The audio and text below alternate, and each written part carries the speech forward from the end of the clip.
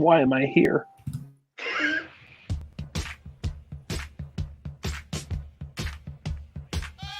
Well, I'm funny how? I mean, funny like I'm a clown, I amuse you. You have part of my attention. You have the minimum amount. I'm the guy who does his job. You must be the other guy. You got a lot of problems, don't you? Oh, it's good to be back. I don't know. You don't know? It means all go fuck yourself. I'm as mad as hell, and I'm not gonna take this anymore! You can't handle the truth. My therapist told me I shouldn't come back, but I'm here. Another week. Top 100.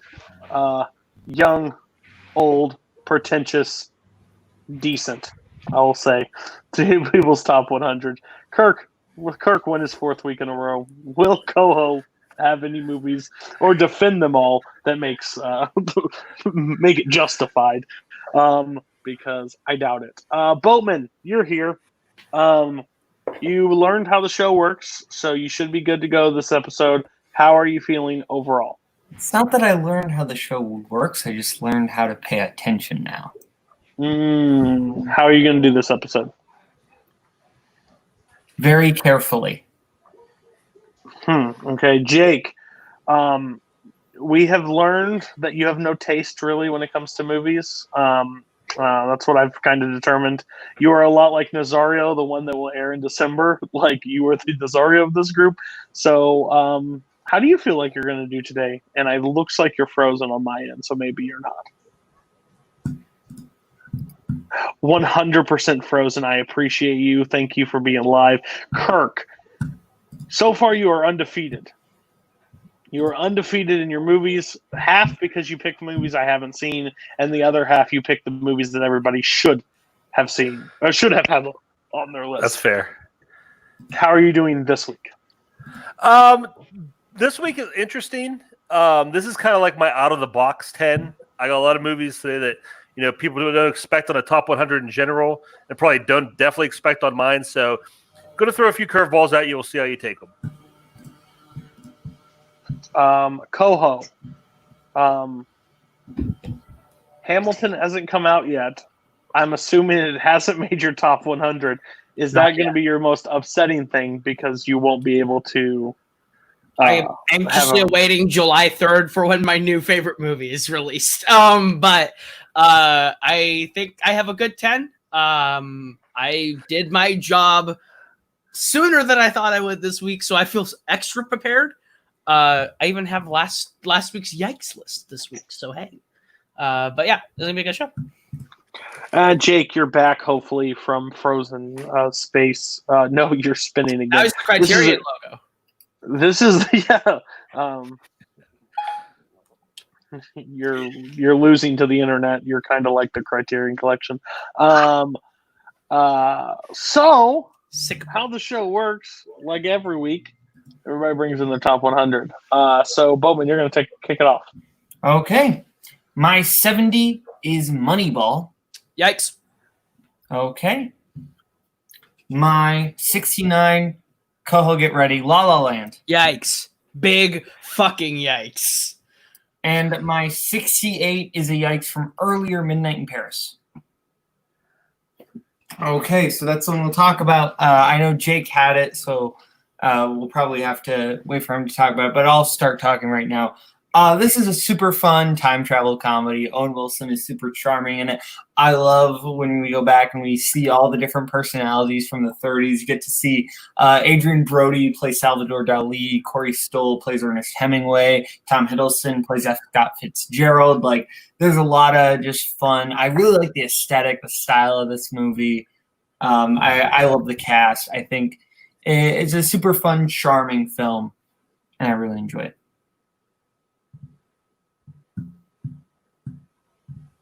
You're muted. What was your 70? My 70 was Moneyball. And it was yikes. Okay, Yikes. fair. Okay. I know my son came in. I just got lost. Okay. 68 have not seen. I've seen this streaming somewhere recently, I believe. Or somebody has it. I just haven't seen it yet. So I don't have much to say. I'm not the biggest Owen Wilson fan, so I don't know how I'll feel about it. But hopefully he's not Owen Wilson as much in this one. So Everybody else on mid. Oh, never mind. You don't get to say anything. Not a word. How's the show work? Not a word. What we did last Monday, when we did the pre-record, everybody and got the pre-record, talk. everyone got to talk in the bottom. So I'm messing with my own rules. So Jake is not here right now. So Jake will talk when he comes back, but we'll go back to the normal order when he returns. But Kirk, you're going to go next. Koho, try to keep track on if Jake has something to be next. Okay. Okay. Probably not. My number 70 is A Christmas Story. Beautiful. My number 69 is Jaws. Yikes. And my number 68 is Made. Okay. Number 70, you guys know I'm not big on nostalgia, but I get one freebie here. I love A Christmas Story. I think this movie just perfectly captures that childhood magic of what Christmas is all about. And it kind of respects it and doesn't like treat it as something stupid and dumb that, belongs in the past. It treats it as something that's real and meaningful, while still being kind of like an adult movie with adult sensibilities.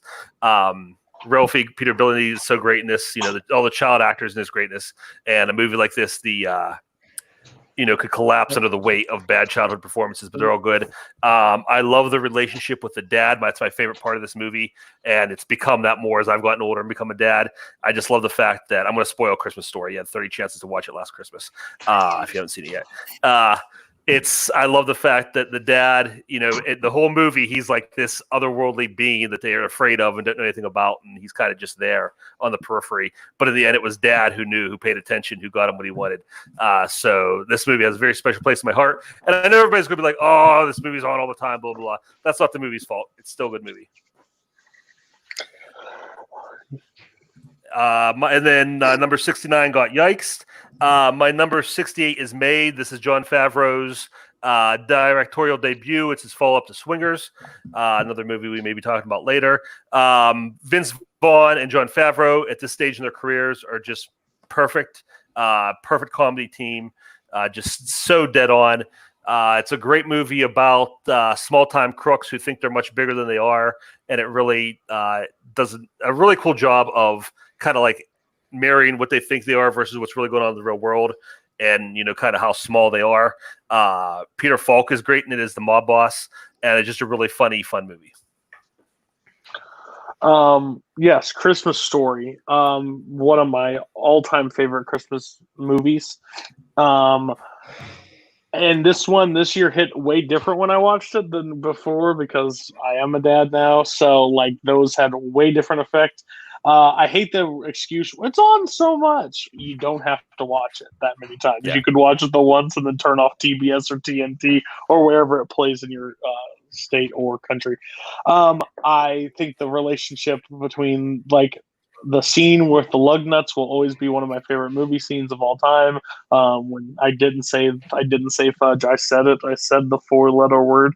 I think it's brilliant. I think it's one of my favorite Christmas movies. It's not my all-time favorite, but I respect it at 70. And Made, I have not seen. Jake, we're going to go back to you because your internet. I don't know how you're going to do this week, and I really don't care at this point of the show. So just tell me where your 70 through 68 is. Never happened before, but I'm glad that it worked back. So my number 70 is Traffic. Okay. My number 69 is Crouching Tiger, Hidden Dragon. My number 68 is Mummy. And my Mummy. Ugh. That's not how the show works. That's not how the show works at all. 70 through 68. 70 through 68. Honest to God. To be fair, my internet just crashed and I had to fix that side. That's what's happening. Right. Okay. Yeah, that's the excuse. All right, so number 70 is Traffic, Steven Soderbergh's film from 2000. It won in the Best Director Oscar at the Academy Awards. Double nominations that year, which is pretty incredible. I really love this film. I'm not really a big fan of the drug wars and especially what was going on in the late 90s, early 2000s. And this is just a really big, multi-layered, interconnected storylines, 4 storylines focusing on kind of the different layers of the drug war, looking at the proprietors and the people who enforced and we're trying to take down the drug cartels and then the users of drugs. I'm looking at specifically Michael Douglas's character and his daughter, and Soderbergh is just such a unique filmmaker, and I really love the way he's able to shoot each of the storylines, each with its own tinted, it's its own color, blue and orange, and it kind of became a cliche later on with drug cartel movies to shoot Mexico in the orange tungsten light, but it really creates this multi-layered world of just this whole storyline about drugs, and I really love Don Cheadle and Louise Guzman's storyline. I think that's a really fun, interesting one that takes some twists. Next is 69 Crouching Tiger, Hidden Dragon. Oh, wait, sorry. Not yet. No, don't you have to talk about it? I totally forgot. Yes. You talk about it now, and then you talk about 68. Yeah. Just my brain is not working. He's really good at movie trivia, folks. Really good at movie trivia. And shit at everything else. 69 is Crouching Tiger, Hidden Dragon. This is also from 2000, Ang Lee film. Follow up to, I can't remember what it was, Ride Like the Devil was a western from earlier. This is a wuxia epic tale of romance and some incredible action sequences. It's about the Jade Sword. Everyone wants the sword. Chow Yun-fat is incredible as the master. I think Ziyu Zhang, I'm trying to see if I can pronounce that right, and Michelle Yeoh are really great in this movie.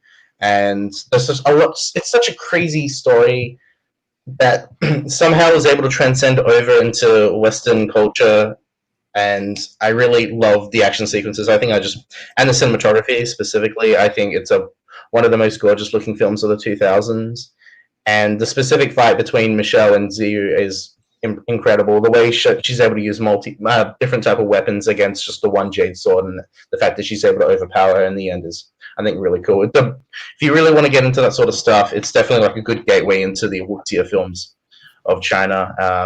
I think it's absolutely up there as one of the best films of the 2000s. And my number 68 is the French-Canadian film Mommy, directed by Xavier Dolan. He's one of my favorite upcoming directors of the 2010s. His most recent film hasn't even really got a release at all, The Death and Life of John F. Donovan. This film's about a mom taking care of her son who has ADHD, and the trials and tribulations that kind of go with trying to raise him. He's kind of a mess. It's very hard to take control of, and it explores the relationship between both of them and their neighbor, who's also a teacher, and kind of the connection that all three kind of gain during this time. The film is shot in a 1:1 aspect ratio. It's much like The Lighthouse in that aspect ratio, and there are a couple of scenes in which the ratio changes. I don't want to spoil specific moments, but the soundtrack also really captures the time period. The film uses the song Wonderwall in an emotional experience with the aspect ratio change, and I really just relate to all three characters and what they're going through. It's such a beautiful film, and if you're a mom and you want to see something different, I think that's definitely a film that really I've tried to make my mom watch, and she won't take it, but it's a really beautiful film, and it's Xavier Dolan's best film. You would never guess that was Jake's honorable mentions of this episode. I can just imagine when we get to one when he goes on for 12 years. But I will say, your bottom two, Traffic and Crouching Tiger, one-time watches for me. I've seen them once. I don't remember a ton, and I don't ever really go back to them. Not saying they're bad movies. I won't say that. I just haven't went back to it. I think I watched Crouching Tiger when I was in high school, and then Traffic I've seen, but didn't stick that much. So not a bad one. And Mommy, I'll surprise everybody. I have not seen Mommy. You might like Mommy. I know. I just feel awkward putting in a movie called Mommy. It just kind of weirds me out. But I'll give it a shot maybe one day. Koho, bring us back to Earth. Tell us some movies that we've all seen and just why are they on this list. And now for something completely different. My number 70 is Bad Times at the El Royale. My number 69 is most certainly going to be a yikes. It's Steve Jobs. Yikes. There it is. And my 68 is In Bruges.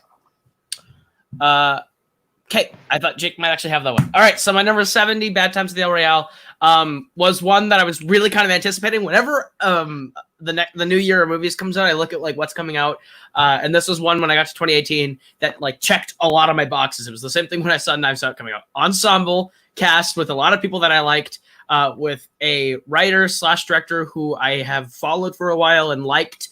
In a sort of murder mystery style thing. It's not really a murder mystery, but like the whole intrigue of coming to this place, a bunch of strangers, and they all get stuck there and they learn about each other's secrets. I think Chris Hemsworth's phenomenal in his little small part. I love Jeff Bridges in this movie. I think it's one of his best performances of the decade. Cynthia Erivo is like the standout to me. I think she's the best performance in the movie.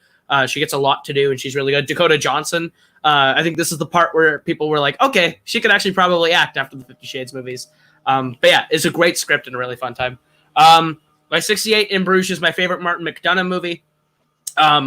I think it's his best script. I love the interplay between Brendan Gleeson and Colin Farrell. I think they're hilarious and have a great sort of great chemistry between the two, and this sort of paternal, like trying to look out for him sort of way, but knowing that it's not going to work out for him. And Ralph Fiennes is hilarious in his. It's a sizable role, but it's pretty limited in terms of actual screen time. It's a great movie. I love it a lot. So. Bad Times. Seen it once. Really enjoyed it the one time I watched it. I didn't like absolutely listen, Cat, give me a shot. Like, give me just a shot. The cat always shows up when I start talking. Damn. Thought it was good. Man, it jumped really high into 70s. Like, that's pretty high. But it's a Koho list, so that makes sense. In Bruges. This is a movie I need to watch. I've been told a lot that I would like this movie. It's on HBO Max. It is going to be watched. It's on 2 separate 100s. So, I will not give you a strike against it because I'm pretty sure I'll like it. So we'll see. In Bruges is such a Cody movie. Who texts that? That is Boatman. Got it. Cool. You need to start signing your comments because we're both on the same account. Yeah, okay. I'll start commenting too. We'll all just confuse the entire world. Okay, Boatman.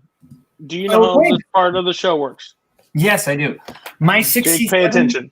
Go ahead. My 67 is the Blues Brothers. Oh, I hate Illinois Nazis. Go ahead. All right. I love comedies, and one of my favorite types of comedy is the epic comedy, which is a comedy on a very grand, large scale, like in the true sense of the classic word epic, like for like David Lean films, but for the equivalent of comedies. And that's what I love about this movie is how big it feels. I love the car chase at the end of this movie and how much carnage. None of that was CGI. They actually had to destroy those cars.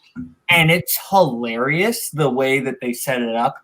All the jokes really land. The music scenes are super fun. Rawhide and Everybody Needs Somebody are probably my two favorites in the movie. And I just love the dynamic between Jake and Elwood Blues. I think the way they work off each other is really well. And you can tell that Dan Aykroyd and John Belushi are friends. I could just use my thoughts on this film by reading Kirk's letterbox, but I'll let him talk about it. I think this movie is great. This is one of my favorite comedies. This has Ray Charles shooting a gun. Some kid trying to steal. This has Aretha Franklin with Think. I think the overall movie is brilliant. This is one of, I don't know if it's like the scale, but I think Kirk does say something in the letter. I think it drags a little, like goes on a little too long, but overall I think the movie is great. 67 is a fine place for it. Everybody on Blues Brothers. And did you almost have Blues Brothers 2000s on your list? I actually haven't seen any of the Blues Brothers movies. I'll just watch one. It's fine. I haven't seen the Blues Brothers. All right, Kirk. Yeah, this movie would be brilliant if it was about 45 minutes shorter. You said 30, don't everything lie. Boatman says is good about it. I think is what's wrong with this movie. There's just way too much going on. I think when you let Dan Aykroyd write a script and you rein him in, you get Ghostbusters. When you just let him do whatever he wants and whatever's out his crazy. Oops, crap. Can you guys hear me? Yeah. Yeah. Yep. Okay. All right. Okay. My camera went. Whenever you let him just off the chain, you get Blues Brothers. There's just too much going on. It's too busy. You cut out that entire Nazi subplot. It doesn't affect the movie at all. That Aretha Franklin scene is one of the biggest dumpster fires I've ever seen in a movie. It's just such a nightmare to watch. It was so terribly edited, and there's a lot of that in the movie. So it's good. It's not great. It could be great. And there's just too much. It's just too much singing, too much whatever they wanted to do. It's there's too much problems with it, but it's not a horrible movie. Your cat probably hit it. I don't blame him. Okay, Boatman, take us through your next one. Okay, I'm a little taken aback by what Kirk said about the Aretha Franklin scene, but my 66 is The Incredibles. This is where it stops, I think, because we both had it last week. Did I say it already? Was it on? We both said it last week. I think. Last week. Okay, yeah, okay, all right. Okay, so yeah, I'll go. I think this is one of the best superhero movies in general.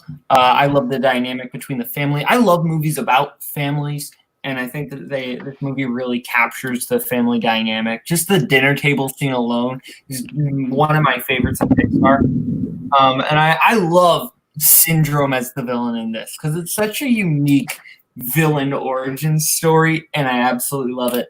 And who doesn't love Edna Mode? No case. I absolutely love Incredibles. It was my 70s. It was my 70. It was my 78. My 72. I was gonna say 72. Yeah, that's what I said. You can really tell Brad Bird like grew up loving superheroes and like studying the archetypes within them, and like this is very much a homage or like kind of that homage to like what superheroes are and classic superhero stories are, while also a deconstruction of what it means to be one, and tells a really human story in the middle of these very superhuman characters. I think it works really well. I think it's very creative. I love every single character. Edna Mode is one of the best side characters in Pixar. I love her. The no cape scene is one of the best. It's the best Fantastic Four movie we've ever gotten. Exactly. This is my 78. I think it's one of the best superhero movies, just constructed superhero movies of all time. What I love about it is how everybody's powers matter, not just in the story, but also in the fight. Most MCU movies or other superhero movies, everybody has all these different unique powers, but in the third act, everybody's just punching, and nobody's powers really matter. In this story, everybody's powers matter, like they all are used creatively, but they also reflect the characters. The mom's stretched in all different directions. The dad's taking the world on his shoulders. The teenage girl is, shy. So it just really fits those character archetypes as well. This is, the first time that Pixar did a feature-length movie featuring all humans. So they had a whole new slew of animation for that, and you really see the creativity jump in this one. I think this is really when they really started to master the craft of what they're doing. This is my favorite Pixar, and definitely one of my favorite superhero movies. No, my dear, you've gotten fat. What? Nothing. Come in. I think this movie is brilliant. I'm with you. The dinner table scene, like when the dad's just trying to cling to the powers still, and was like, how fast were you going? Blah blah. It's like, and he just saws through the plate. It just tells a family dynamic, and like they build up the villain perfectly in this movie. Like they're still like the mindless robots that like are some of the parts, but like Syndrome as a character and how close this is for adults and kids. Like I remember I watched it with my kids recently and they were laughing at stuff, but then like the whole BS scene where it's like I put BS on my chest, but I figured that'd be a big mistake. Those parts are just great to me. I think it's one of the best. It's in my top 5 of Pixar. I think it's so rewatchable. Jake, why do you hate fun? I just don't really like this movie all that much. I'm not a big fan of it. I'm putting on the Kirk hat right now. I'm just not a big fan. It just doesn't really connect with me. I like superhero films, but this one, even when I was a kid, I watched it a lot, but I just never really got into it. It's not Brad Bird's best. It's not top 3 superhero films other Jake. And Brad Bird's best film, that comes later. I'm recasting the second panelist on my show. They got a top 50 list they want to send me this week. They can't. Okay. Go ahead, Boatman. You're so far winning the week. So let's see if you can keep it going. Okay, I don't know how you feel about this movie, so I might have just lost. My 65 is, I think, a really well-structured crime film, Memento. Big fucking yikes. Okay. You had it in the correct location. That's fine. Okay. Damn, but I'm fucked. And my 64, this might be where I lose. Inside Out. Ooh, okay. Okay. I know Cody doesn't enjoy this movie. I thought he didn't. Maybe I'm wrong. That's Koho, but we'll get there in a second. Never mind then. I really enjoy this movie. I've watched it a lot. I think this is some of the most intellectual Pixar's gotten in the sense of the discussion of emotions in this. I think is really interesting, and I think this is something it's the idea that kind of sadness is something to be admired. I think it's something that just doesn't really get talked a lot, especially in children's media. And I think this is super important, but I also think the comedy works really well because it understands the kind of ways that we all think, and I think it's really unique. I like the little metaphors. There's a lot of smart things going on, with when they go into the room and it's now we're becoming two-dimensional, and there's a lot of really interesting psychological comedy going on here that I like. And I love the voice cast: Amy Poehler, Phil Smith with Black. I really like this movie. Okay, so no, I don't hate Inside Out. I think Inside Out higher than The Incredibles is a little bit of a hot take. But I'm with you. I think the message, especially for a dad, I think it's important to teach your kids emotions and stuff, because I think the generations and before or whatever, we were allowed to keep a lot in or told to keep a lot in. I think Inside Out tells you it's okay to have those sad moments. So no, I really do. I don't think it has as much rewatchability as it does the first initial watch. The first initial watch, it hits you really hard because when Riley has that breaking point, she's trying to hold strong for her parents because she knows they moved cross country because they had to and blah, blah, blah. And then she finally says, I miss home. And you see those break, and Joy finally realizes that she has to include sadness in the picture because now those past memories are sad to her as well as joyous because of that. I think it's a beautiful storytelling. But Koho believes it's one of the most overrated movies, Inside Out. But that's not me. I think the overall message is beautiful, but the rewatch is what hurts it on this one. But yeah. It's one that I'm saving for my kids for later till they're older, because I think that if they show them too early, it's a fun movie instead of the important lessons of emotions for me. What does everybody else think about Inside Out? I'm saving Koho for last. Okay, you want to say this? I like this movie. I agree with you. I think there is a drop off on the rewatchability. The message is great. I think one of the issues with it is the voice casting is on paper sounds really good, but it's so incredibly on the nose.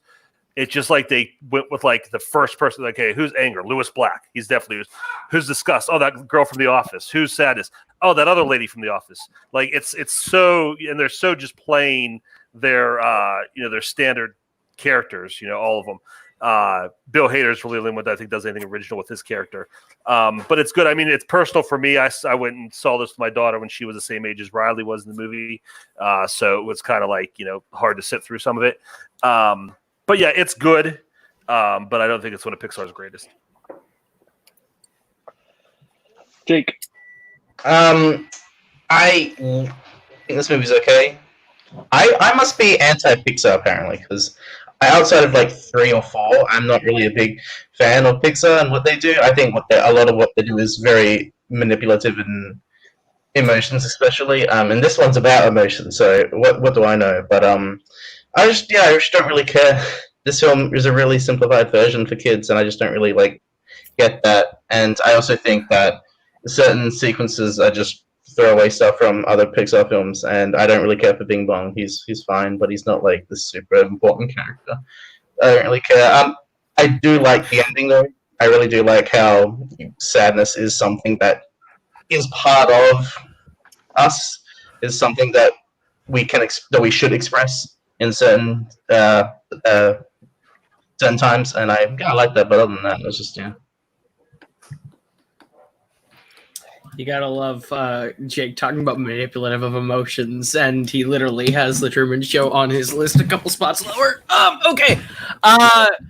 I like the Truman Show, but movies are meant to manipulate your emotions. If you think they're otherwise, you don't know what movies are. Anyway, so Kirk actually said a lot of my points that I would say is I think it thinks it's a lot smarter than it is. I think it's good. I don't think it's the best Pixar movie ever made. I think there's a lot of parts of it that I think are good ideas. I think it's a half-baked idea that they didn't take the full step and kind of just decided to lean into basic Pixar sort of fallback story of we're going to fall back into the Toy Story formula and coast off of that once we get to the second act after we use a really solid first act of setup. I like Bing Bong a lot. I think that character is actually pretty interesting. Outside of that, I thought it was good. I wouldn't call it the greatest thing Pixar's ever made. I wouldn't put it in my top 10. But okay. Jake. all right. I know how the show works now. I figured it out, I think. My number 67 is, I think this is my first Danny Boyle film, but it is Sunshine. So Sunshine, I think most people kind of know what this film's about. It's about people going to restart the sun. It's like core, but it's in space. I am a humongous stan for Danny Boyle. I'm a big fan of his visual style and the way he's able to tell stories. And this is just one of his most stylistic films as far as just being able to tell the story. And I think the fact that he's able to set it in space, and I mean, he hasn't made a sci-fi film before then, and he really takes advantage of the special effects, cinematography, and he really just captures the beauty of the sun. And the sun is kind of a motif in the movie. It's viewed as a religious symbol for certain characters, one specifically. A lot of people don't really like the turn that it takes going into the third act. The genre kind of changes and the tone of it all, but I'm okay with that because it just adds tension to the movie, and it's also kind of adds to the theme of the movie and how the sun is a religious symbol for a certain character. And it's such a thrill ride from beginning to end. I also think the music by John Murphy is also incredible. There's this one piece of music that has been used in so many trailers and so many other movies, Kick-Ass specifically, and I think the first season of Walking Dead. Just type in Sunshine trailer music and you'll probably find it in the first one. Yeah, I think this film is incredible, and all the casts are brilliant. I have not seen Sunshine. Honestly, I didn't even know what this film was. I've never heard of it. So, sure, I'll give you a pass on that. Honestly, you're not the best at selling things. But I'll go check it out. Maybe. Everybody else on Sunshine. I've never seen it either, but my favorite thing about Sunshine is that I knew it was one of Jake's favorite movies, yet somehow it was not Concept that put this in the round 3 study session round when they played second reel. So I thought that was cool. I've seen Sunshine. I like it. It's got a really solid cast, really strong cast in this movie. I thought it was good. I didn't necessarily think it was great. It kind of, was one of those stuck in space or stuck on the submarine or whatever kind of movies. So it kind of hit a lot of those same beats for me. Maybe I need to go back and watch it from the perspective Jake did because he seemed to get a lot more out of it than. So maybe I would too on a rewatch. But yeah, it's a good movie. Koho, have you seen it? No, I already said I haven't seen it. Okay, I didn't hear you. Yep, so number 60. Oh no. So number 66 in the we're going to follow the tribute of Shoot 'Em Up and The Rundown. This is one of my favorite comedies. This is one of the best parodies. I don't even know how to describe this movie, but it is from the 2000s. It is Kung Pao Enter the Fist. Fucking this film is amazing. This film's about the main character, played by the writer, director, and star of the movie, Steve Odenkirk, who is most famous for creating the show Jimmy Neutron and the movie, and the other show Planet Sheen and the movie Barnyard. He's a multi-talented filmmaker. He plays the character called the Chosen One, and his journey to defeat the evil Betty, which decides to change his name 30 minutes into the movie. This is a celebration of Asian martial arts films. Steve Odenkirk took another movie and reshot other scenes and made a movie around that other movie. He dubbed every character by one. That one character is named Woe. She has one boob, and she has spiritual information to give to the Chosen One. The jokes in this movie are incredible. There are camera movements, there are camera jokes through zoom-ins. There are jokes, visual gags. There are references to other movies, specifically The Matrix, in which the main character dodges milk being shot at him by a cow. And it is absolutely funny. There's so many editing jokes in this movie, and I just think this movie is so good that everyone should check it out because I really love it. It's so good. You're talking way too much time for a shit movie like this. Good Lord. You've lost all credibility as a human being. I'll put mommy. Pixar, you emotional piece of shit that tried to make me feel something, blah, blah, blah. Next, Kung Pao? Anybody? You got Kung Pao? No. Like, gosh. Like, you lost this episode by a mile. I don't even care what your rest of your episodes are. Like, you lose. You put Kung Pao at 66 and called Incredibles this... Not even close. Not even close. Oh yeah. I'll stand by that. There's so much better filmmaking. Did I make like a rule? Did I make a rule for you? Like your 60, like the middle, like your 67, 66 have to be the dipshit like action comedy movies that people that a guy in high school liked. Like this guy named Brad that sat behind me in history class and was like, "You see this movie? You see Kung Pao?" Hey, Brad's a good Shut guy. up. You're Brad. You are Brad right now, and I want to punch Brad in the face. So congratulations. Jake is in my faction, and you are now Brad. Anybody else on Kung Pao? Watch Kirk say, "Well, I don't understand why you're dissing it. This is one of the greatest movies of all time." No, I have not seen Kung Pao, but what Jake just described is literally cultural appropriation in the movie. He literally took a white guy literally took a Chinese, an Asian movie and just reshot what he wanted to and made it his own. That is like basically like a crime against humanity, I think. So I don't know how interested I am at this point, but it's hey Jake, you do you, buddy. It's cultural appropriation. The movie is the quote of the episode. You can't change my mind. I haven't seen the shit fire. I just want to point out that Jake gave us a plus to this movie. It's an early 2000s comedy that references The Matrix. So rare. Yeah, right. So rare. Jake, see if you can recover yourself. 65. I stand by my statement there. We know. Go watch. You watched it this week. I'm going to watch it tomorrow, probably. Get ready. No, you're not. I'm the next on the far end of Kung Pao. I'm going with my 65, which is 2001: A Space Odyssey. What the fuck is happening?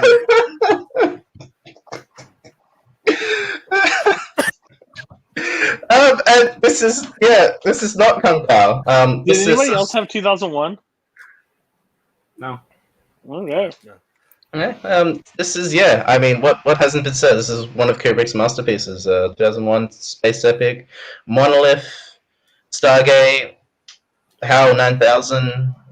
This is one about search for existence, and I really resonate with the themes of this movie, and I think it's a beautifully captured film about what space looks like, especially at the time, '68, in which we hadn't seen really like the look of space like this, and I really love the metaphysical themes that's going on. By the way, I don't know oh, boo, Jake. Like, Spence is. But I don't understand it. Like, you are below Jake in takes in this community. I'm sorry, I don't mean. Spence, you are like the bottom of the takes in this community. And like, most of the time we think you're doing it for fun. No, you're real, and it's sad. 2001: Space Odyssey. I blame this show. I blame this show right here. I did not save it from what I did with Paths of Glory. I didn't watch Paths of Glory for War. I watched Paths of Glory on my own time, not related to the subject, and I enjoyed it. I watched this before space movies, and I thought it was meh. So I think it's fine. I get it. I get that there's a lot of love for it. I'm just not the biggest Kubrick fan. He has definitely ones that I'm like top notch. This is one I just didn't get into. One, because this community's kind of ruined it. I've heard a lot of descriptions of it. I knew what to expect going in. I've seen clips of this. I've seen breakdowns. Like when you hear about this movie, it's been talked to death, basically. Now, maybe not just in this community, but in the film community. It's considered one of the top probably 200 films of all time. So that's probably why I saw it way too late, or I wish I saw it before I joined the community. So it wouldn't make mine. I respected it at 65. One, I would have been like, yikes, but I'm just surprised that Kung Pao in 2001 were this close to fighting for the 65 spot. So that's interesting. Everybody else on 2001. This is one of those movies that I respect. I think it's incredible on a technical level. I don't really enjoy watching it. I think the movie picks up once we actually get to like HAL 9000. But before that, this movie's a lot of, wow, look at this, look at this, look at this. And I get why it does that, but I don't really enjoy that. So I respect it, but I don't really like watching it. Yeah, there's a lot of great things in this movie, a lot of visual things. And like Boatman said, once it gets to like the story, like when they're on the ship and with Hale and everything, that stuff's really great. As great as like the visuals and the music are, I'd love to see the cut of this movie where they just let us assume all the ships land and take off okay, and don't make it like a 10-minute ballet of music and stuff.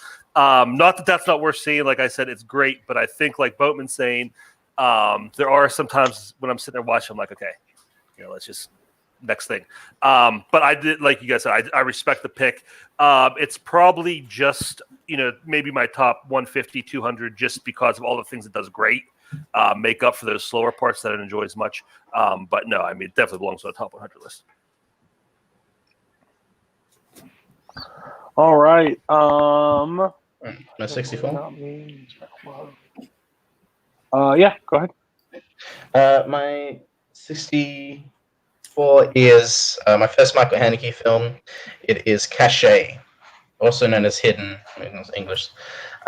This is I guess a thriller from 2005. It's about a couple that's being terrorized by the videotapes of their house. They keep being left at the door. They have no idea who's filming them. They have no idea what's going on. The videotape goes for a couple of hours of just a shot of their house. They don't know what's going on. And it kind of leads more into the husband's side, his past, and a mistake he made during his youth, being on his family's farm with one of his adopted brother. And it's a very slow-paced film that's definitely not for Cody. I really love Michael Haneke. He's able to create a lot of tension with nothing. His framing and composition of shots just create this eerie sense of dread. And there's a specific scene later on in this movie that is just, he hates gratuitous violence. He hates the exploitation aspect of it. That's why he's not a big fan of Tarantino and the way he uses violence. This is real violence in Cache. There's a specific scene in the end that is just so, like, it's tough to watch because it feels real. The way it's shot, the way it looks is real. And it's kind of, it's almost depressing, but it's very powerful. There's a similar film to this that maybe people have seen called The Gift with the Joel Edgerton film directed by Bateman, starring Jason Bateman. It's kind of similar, but it's a very Americanized version. So if you kind of like that and you want to see something kind of similar, but also a lot more mature, I would say give this one a shot. My client uses as a strength. I do not watch his films, so I have not seen it. So I'm not saying it's bad, just haven't seen it. Koho's gone. I don't know where Koho is. I am here, and I have not seen this movie. Okay. This is one I've actually been wanting to watch. Jake's never used Haneke as a strength against me, so I haven't had to watch it yet. So I'm waiting for when that day comes to finally watch it. But I think I think I actually would like this one. Kirk, Haven't seen it. oh, what are you doing, Kirk? Get Sorry. Get cinema. Jeez. Okay. Kirk. I gotta check Kung Pao take off us the on a list walk. first. My number 67 is Rope. This is a movie. I really like the claustrophobic aspect of it. I'm a big fan of movies that take place in one location. This is designed to look like it's all one shot. You know, there's camera tricks and stuff, so it's not actually. But it gives you the illusion of one continuous shot throughout the entire movie. It takes place in one apartment. You know, there's a murder off screen at the beginning of the movie, and it's based on the what's the murder from Compulsion? I forget the guys' names. But it's a real life murder where these guys, you know, murdered somebody just to see if they get away with it. It was like they were testing themselves, and to prove they can get away with it more accurately. So they hide the body in this apartment where they're having a party, inviting everybody over. And it's just kind of like a cat and mouse game on a very small scale. Jimmy Stewart's in it. He plays a really great character. He's an intellectual, and the killers get their idea of doing this crime from his ideas, and this character kind of has to come to terms with the fact that his ideas have consequences, and that's really enjoyable to watch, and really brings out a great performance and is a great story. So this is one of my favorite Hitchcocks. I really like it. I'm not a Hitchcock fan. I know, just awful. I started this year with going to rewatch Hitchcock. I got to North by Northwest. I watched that one. I liked it. I was like, you know, I might just save it there instead of getting roasted by a bunch of my friends in this community. Rope is the one I've seen on a few of the people's voodoos I own or have, and it looks interesting. But again, it's not one of the Hitchcocks I've seen before, so I may check it out. Everybody else on Rope. Go to me last. I haven't seen it. I really want to. I'm a big fan of one take type of movie, as you'll find out later. But yeah. Right. And Koho hasn't seen it. So I think... no, I have not. Anyway, I think that I really like this one. This was like hovering in like my 120s. I really like this one. It's a little oversimplified compared to some of Hitchcock's other work, but I still really enjoy it. I like the one take style of it. Hitchcock said in hindsight he wished he hadn't made it one take, and I kind of disagree. I think this story was perfect for the one take aspect of it. I wish the characters were a little bit more developed, but I think the actual tension is brilliant in this movie. Yeah. Okay. Kirk, what's your next one? All right, my number 66 is Troll Hunter. Cool. Troll Hunter is a Norwegian found footage film. It's about a group of college students who come across a man who's secretly hunting trolls for the Norwegian government. And it's basically it's got a little bit of Blair Witch, it's got a little bit of Ghostbusters, it's got a little bit of Men in Black, and it's done with a very, like I said, it's a found footage style with like this very dry wit and sense of humor. The creature design is fantastic. There's really just cool creatures, scenes of them taking out these trolls. Some of them are serious, some of them are funny, just really cool situations. And it really plays a lot like on Norwegian folklore. The characters are based on old folk art from Norway.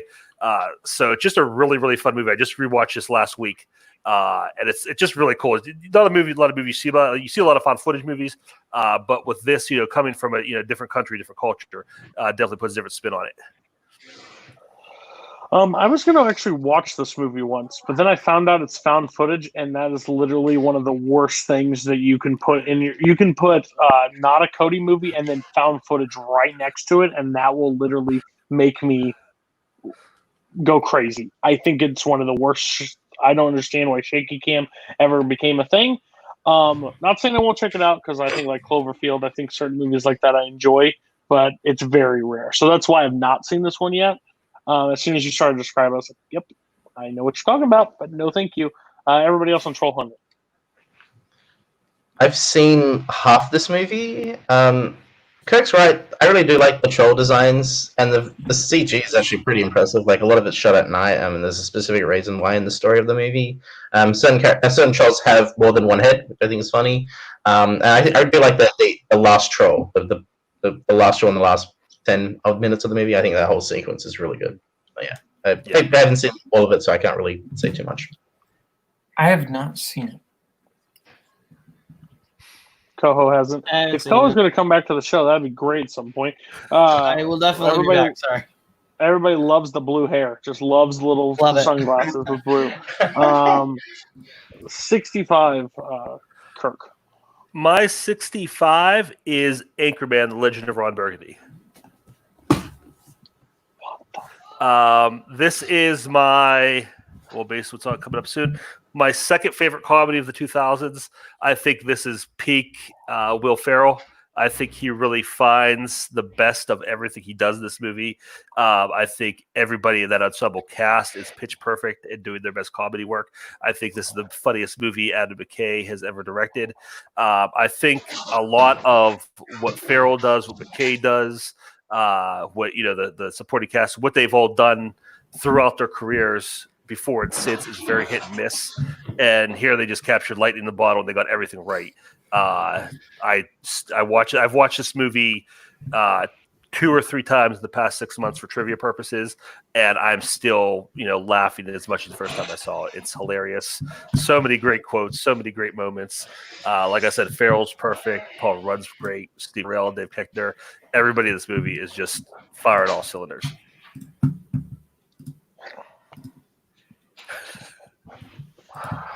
The most unkirk pick I would have ever thought was coming is Legend of Ron Burgundy. I told you. I couldn't agree more. No one else had this on their list. Kirk's in potential to win yet again. We'll see. We'll see. There's a whole episode of this. Isn't this like shut your mouth, but this would be in my top 100. I'm telling you right now, Legend of Ron Burgundy is great. I'm 100% with you.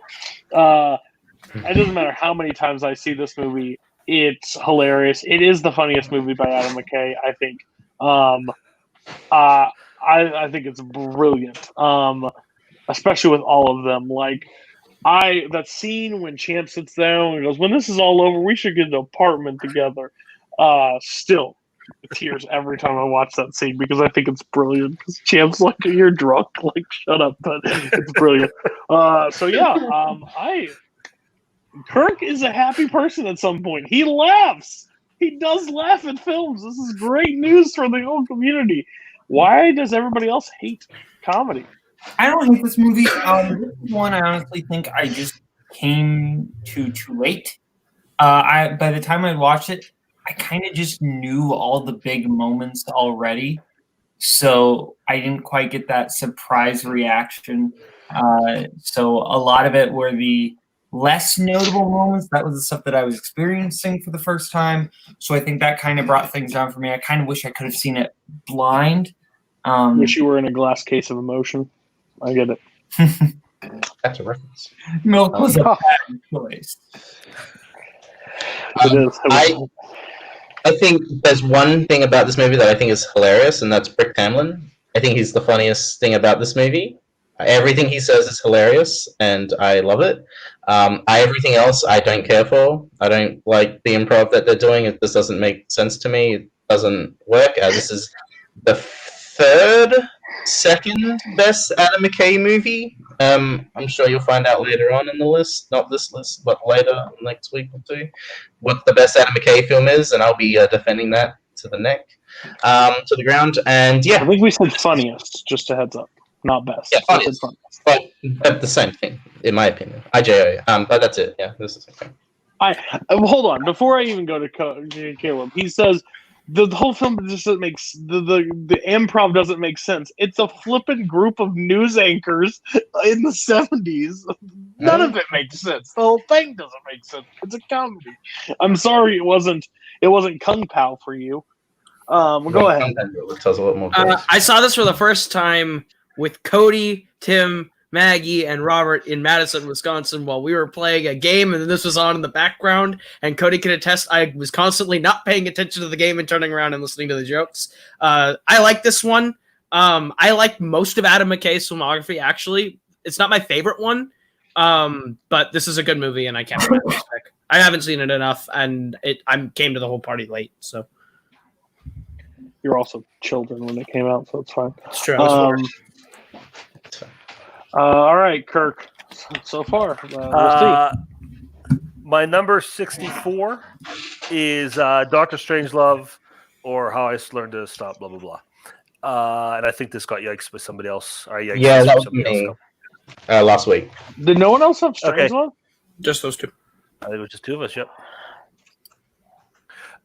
This is just a really great movie. Kubrick does something brilliant. He makes a movie with a point, a movie that is terrifying, especially in the time frame that it is made, and it is still hilarious. Anybody who wants to make a movie that has something to say, that makes a very sharp point, watch this movie, study it, and learn how to make the movie good and not just, vomit your rage or your fear all over the screen, like actually construct something. He does that so brilliantly in this movie. The characters are great. It's just so farcical, and just goes so far. I mean, he goes, you hear the story about how he cut the pie fight scene at the end. It's like, that just shows how brilliant. He just went far enough with this movie to make it kind of ridiculous, but drug it back to keep it grounded in the real world. I was reading about today, they said the government actually made changes to their policies when they saw this movie to prevent what actually happened to this movie from really happening. So it actually had a real world impact. And it just again, another hilarious movie, so many funny moments. Peter Sellers is great in all his roles. George C. Scott and Sterling Hayden are great playing it straight. And just a fantastic movie. Jake, go ahead. This is a perfect blend of real horror and comedy, and I don't know how Kubrick does it, but he did it so well. The phone conversation with Dimitri is hilarious. It really just shows Peter Sellers is his comedic, his skills as a comedian, and also the fact that he plays 3 different roles, I think is really cool. Dr. Strangelove, the titular character, he's in the last 20 minutes, but you see him throughout the entire movie. It's really weird, but his character is also just kind of crazy. Also, George C. Scott doesn't get enough recognition. The fact that he plays it so crazy, and the fact that he didn't even want to. Kubrick said, I want you to play it super crazy, and I'm going to go super serious. So it's like, okay, we'll do one take serious, and then next day we'll do the silly, goofy one. And he just used the goofy ones without telling George C. Scott. I mean, that's the kind of crazy madman Kubrick is. I think this film's funny, and I think this is a funnier film than Anchorman or Step Brothers. Step Brothers is the best Adam McKay film. That's crazy.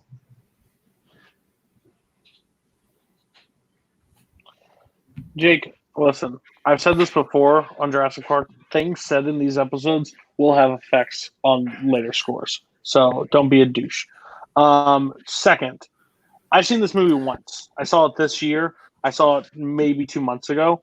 I think it's really good. I think it's honestly brilliant. I didn't think I would like it. Boatman actually saved this movie for me, I think, because if I would have went into what I thought it was, which is like he said, don't expect to laugh a minute, and I'm glad that he didn't, because like that end scene is great to me. I think like the funny moments are fantastic throughout this entire film.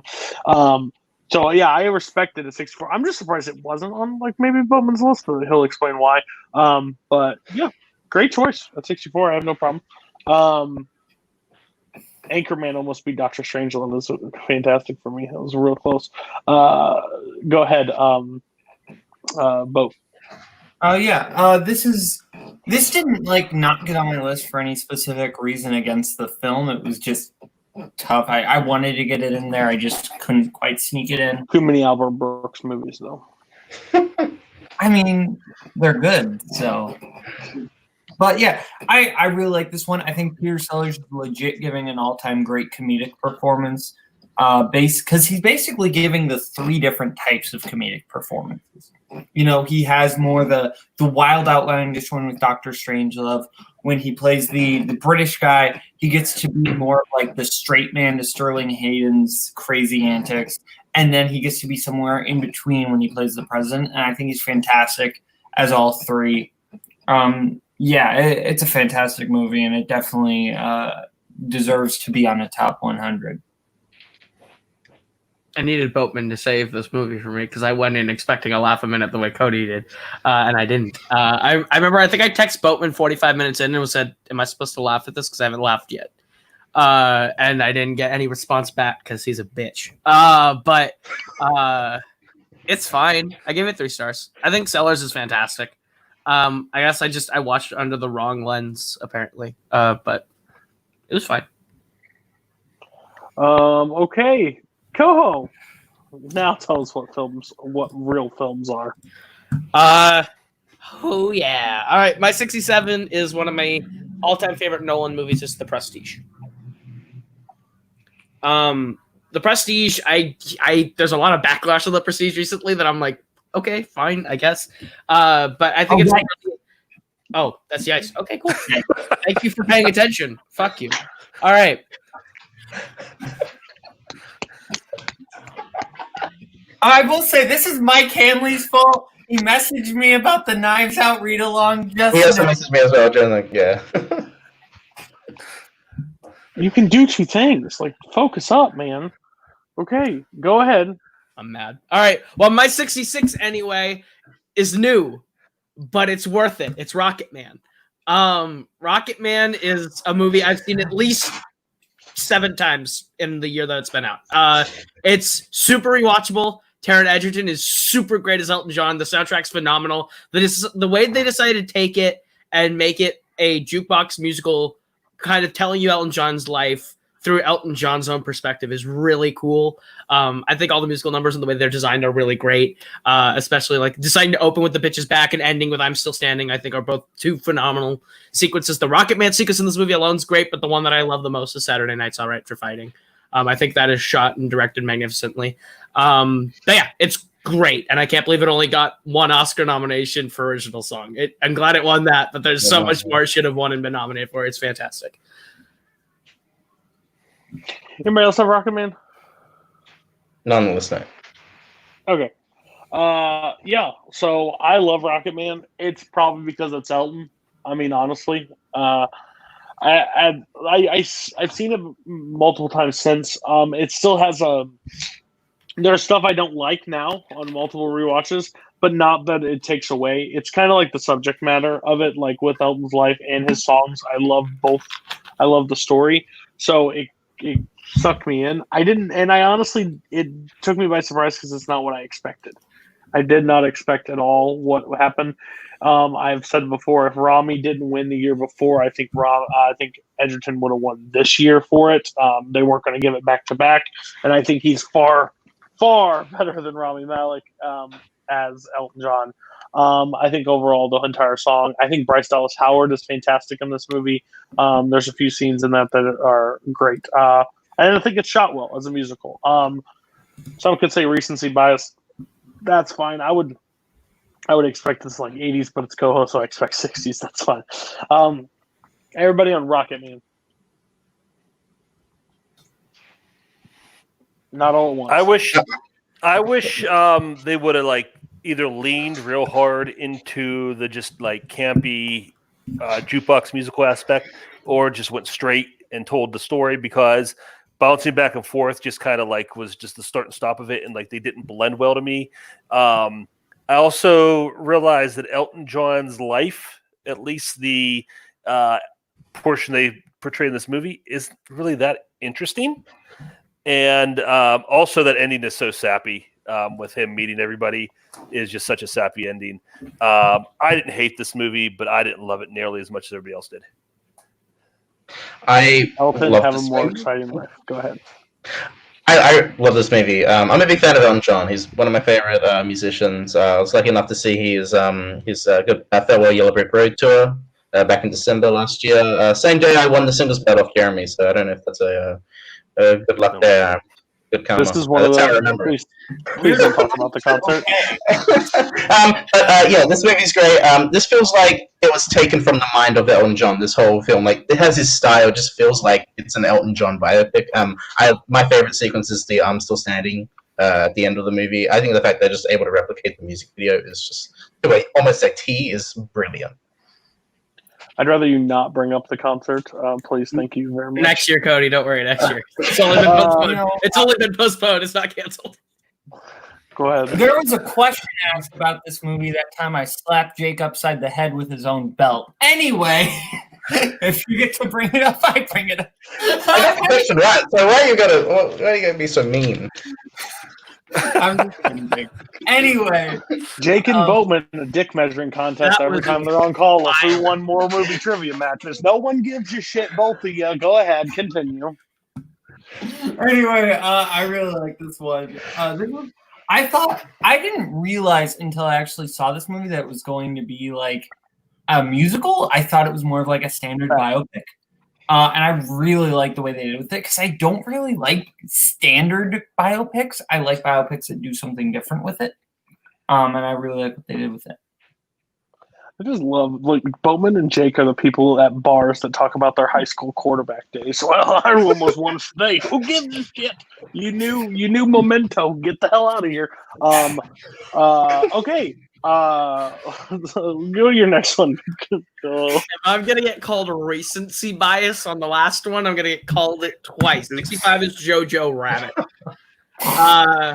No one's gonna yanks this, but Jojo Rabbit I've seen a lot in the last several months. It's one of those movies that after you watch it the first time, you're like, I don't know, but after the second time, it grows on you, and you find yourself going back to it more and more and more. At least for me, and I enjoy it. I get something new out of it every time. I find a new appreciation on each watch for a different aspect of the movie. I think Sam Rockwell's performance is really underrated in it. Boatman's going to be happy about that. I think there's a lot of actual subtlety that Rockwell brings to that role that he didn't get enough credit for. I think ScarJo's great. Thomasin McKenzie was completely overlooked, and I can't believe it because she's the best performance of this movie by a country mile. Jack Dylan Gray no, that's not his name. Roman Griffin Davis. There it is. Roman Griffin Davis. I don't know why I just blanked like that. He's great as JoJo, and I know there's going to be criticism on Taika Waititi's performance. It works for me. I know there's so many people who don't like it. I know there's so many people who do like it. Paul's going to say, fuck you for having it. But it works for me. I think Waititi has a great comedic timing with it. And I think it's well written. I'm glad it won the Oscar for adapted screenplay. So I was about to, before you started talking, insert Paul with his hate on Jojo Rabbit. Also, Michael Campbell, I will agree, Tiny Dancer, it is the second best version of Tiny Dancer, and it wasn't an Elton John biopic. That was the first. Jojo Rabbit I like. I don't know. This is one of those movies that came off of like the whole when things get Oscar love or when they're brought into the light, people like either are really happy about it or turn. And this movie is one of those from that year that is now turned in some aspects that some people really just don't like it and some people really love it.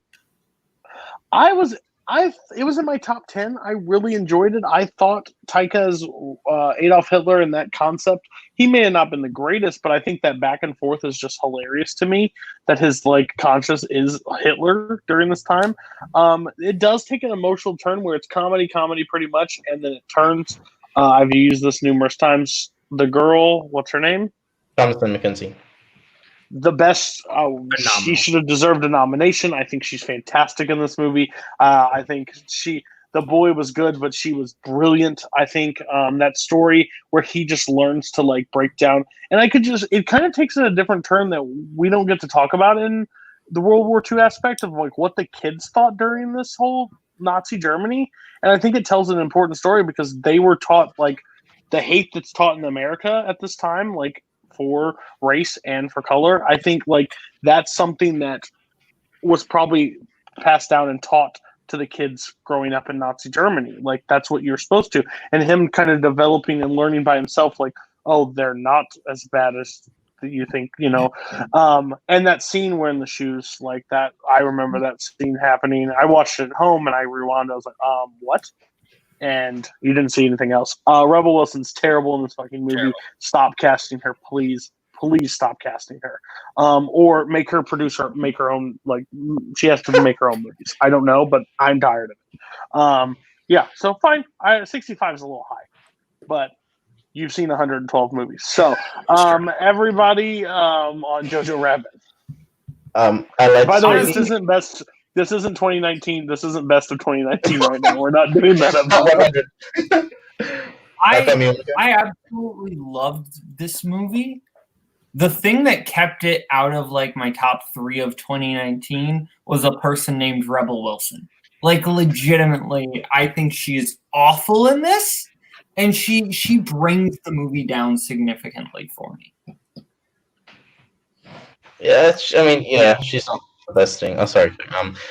I would say that I like this movie. I like it in the same aspect I like Once Upon a Time in Hollywood, is that it focuses on a real-life evil, and the centric villain, the centric character who created that evil is made into a joke, a farce, and I really like that. It takes away all their power and makes them a joke, and I think that's just what films can do, and really shows that with Hitler, and I like that aspect, especially with the end and what happens to him, which is funny.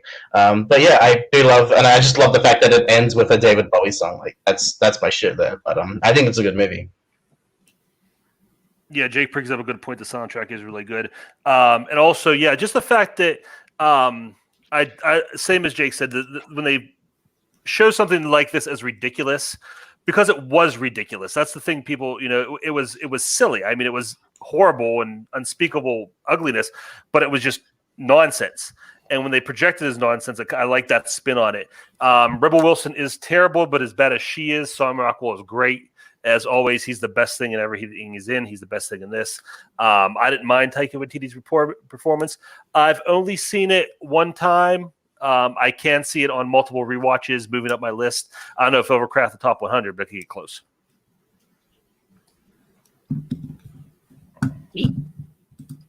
All right, so then my 64, I'm going to take you back to biblical times, to the year 2005. This is Sky High.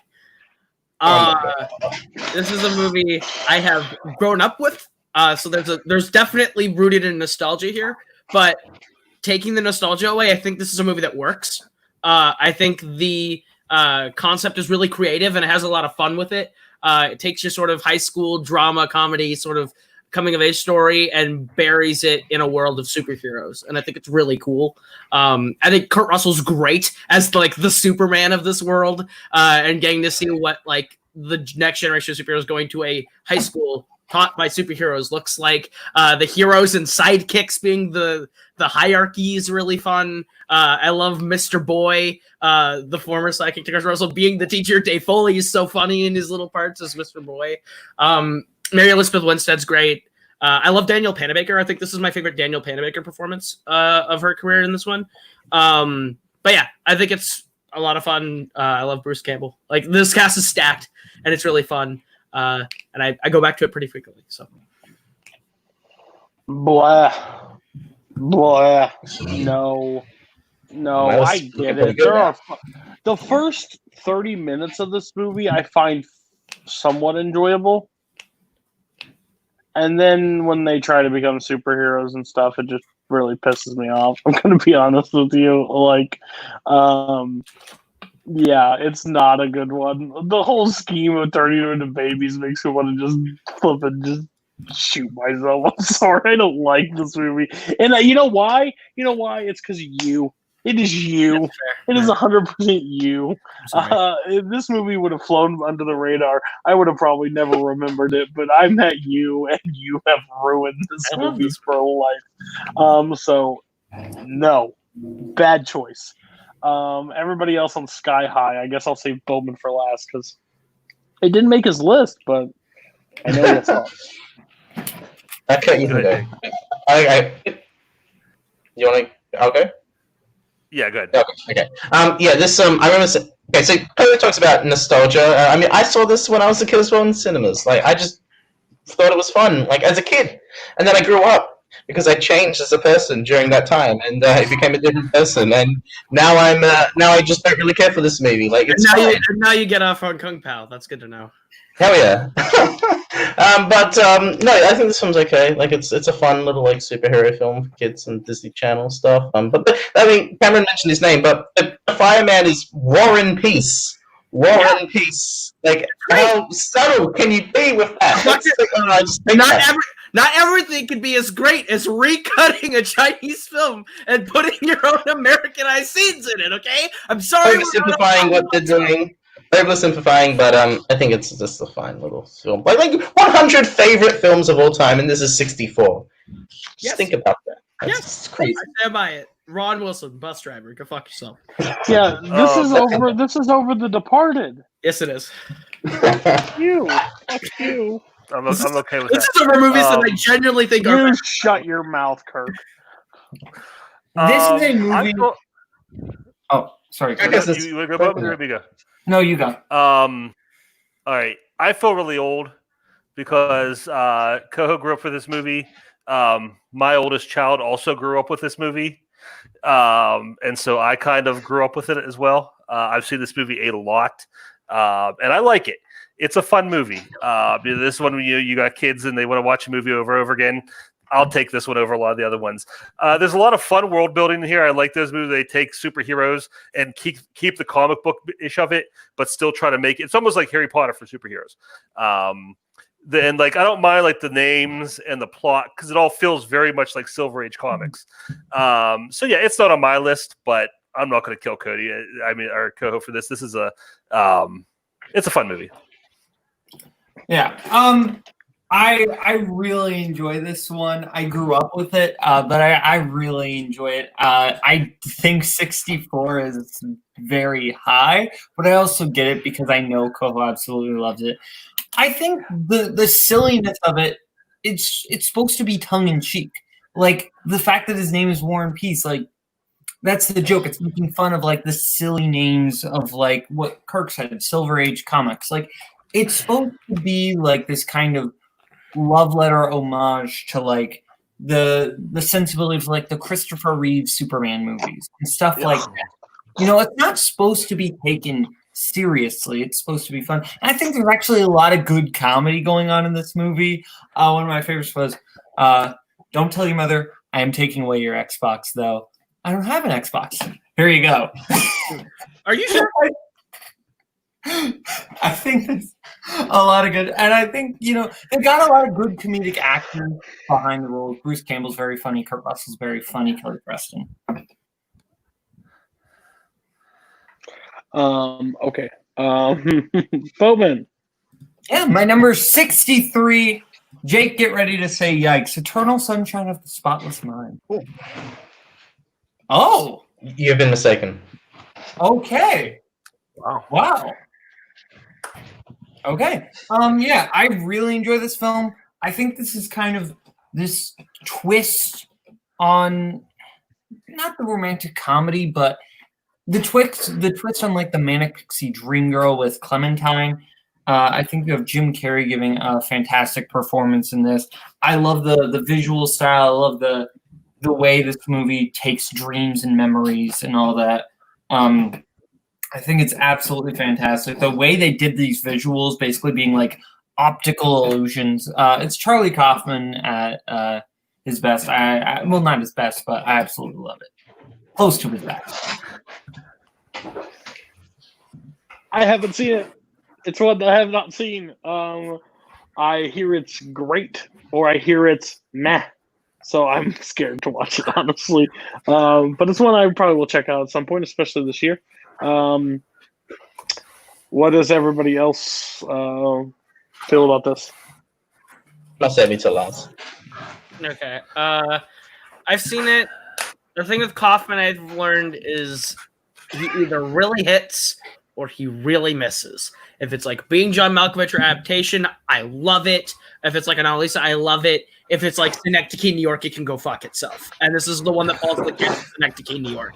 It's too up its own ass to really make any sense, and then pretend like it makes sense. And looks at you and goes, "You're an idiot if you don't understand this movie." But it really doesn't have much to say. I think it's fine. Jim Carrey and Kate Winslet are both great. But other than that, I don't think it's that good. I saw this when it came out, and I liked it. And for some reason, I've never gone back to it. If I did, I'm guessing I'd rank it a lot higher because this kind of concept is just really up my alley, and the cast is just ridiculously stacked. So I just haven't seen it in a while. Would be my excuse for not having it on my list.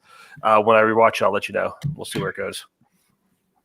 I like this movie a lot. I'm a big fan of Charlie Kaufman. Me and Ethan have never had a Kaufman talk, but I would like to talk to that man. He just is able to create so many like fascinating ideas in the script, and just the fact that he works with Michel Gondry and Spike Jonze so many times surely shows like these directors know how to like shoot his vision. As later Luke Synecdoche directs that movie, he's able to just capture like the imagination of his own mind perfectly on screen, and I really love the representation of dreams in this movie. I think it's one of the best portrayals of that sort of stuff. The fact that you can walk from one place to another and it feels like it's the same location is just perfect, and the fact that they're able to capture that so well. And I mean, Ben was talking about the optical illusions and the way that the forced perspectives that Lord of the Rings did. It's just so good. I really love the relationship between Joe and Clementine. I think it's one of the best romances of the 2000s. It's kind of devastating, but it's also it ends optimistic with what happens, and I think it's great. Yeah, it's up there, but just not in the top 100. I would say it's definitely not far off. But yeah, I do really like this movie, but just maybe need another viewing. One week I'm going to do funniest people in this community, but I guarantee everyone's going to lose to Michael Campbell. Well done, Michael. Well done. That was good. He is always brilliant. He is a silent assassin when it comes to humor. He is brilliant. All right, Jake. Gosh, I can just imagine. I actually think it's going to be a yikes. Back to normalcy. It is Pulp Fiction. Yikes. Yikes. I'm glad that one doesn't stop here. That would make me very sad. Kirk, go ahead. Okay, my number 63, circling around back to my favorite comedies of the 2000s. This is a movie that has no middle ground. You either hate it or you love it, so we'll see where everybody lands. It is Napoleon Dynamite. This is just such a fun movie. I love these characters. I love the fact that they could go so easily to like movie nerds and just characters that were made up to be in a movie, but they're so grounded for as ridiculous as they are. Kip, Napoleon, Uncle Rico are just such insane characters, but you still kind of love them and sympathize with them. And I love the world this movie takes place in. I love that it's not like a typical movie high school or movie situation, like the bullies or the mean kids in this movie, like they're not out to destroy Napoleon. They're just like normal teenager kids, and they don't like Napoleon because he's a nerd and he's obnoxious. And so it is so I just love that, just the aesthetic and the feel and the setting of this movie, as well as the character. Uncle Rico is one of my favorite characters of the 2000s when he throws the stake at Napoleon's head on the bike for no reason, knocks him off. That is just a great moment. And just so many, it's so cool. And again, it suffers almost like from Austin Powers syndrome, where you hate the movie because you've heard so many people do so many bad impersonations of the character. But I think the movie itself is fantastic.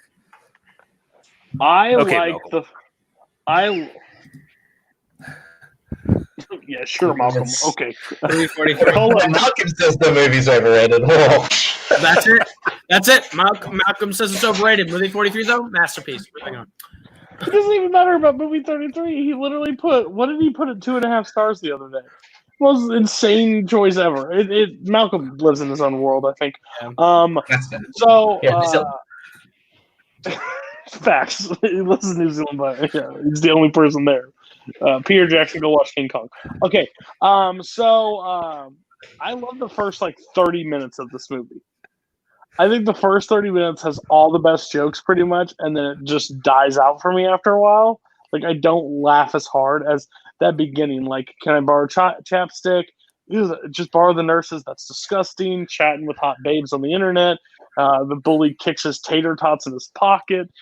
Eat food, you fat Tina, you fat lard. Rico saying he could throw a football over the mountains. All those things are brilliant in that first part, but then he goes into this other side of the movie that I'm not as fun. I can watch that first 30 minutes for the rest of time. I think it is absolutely brilliant.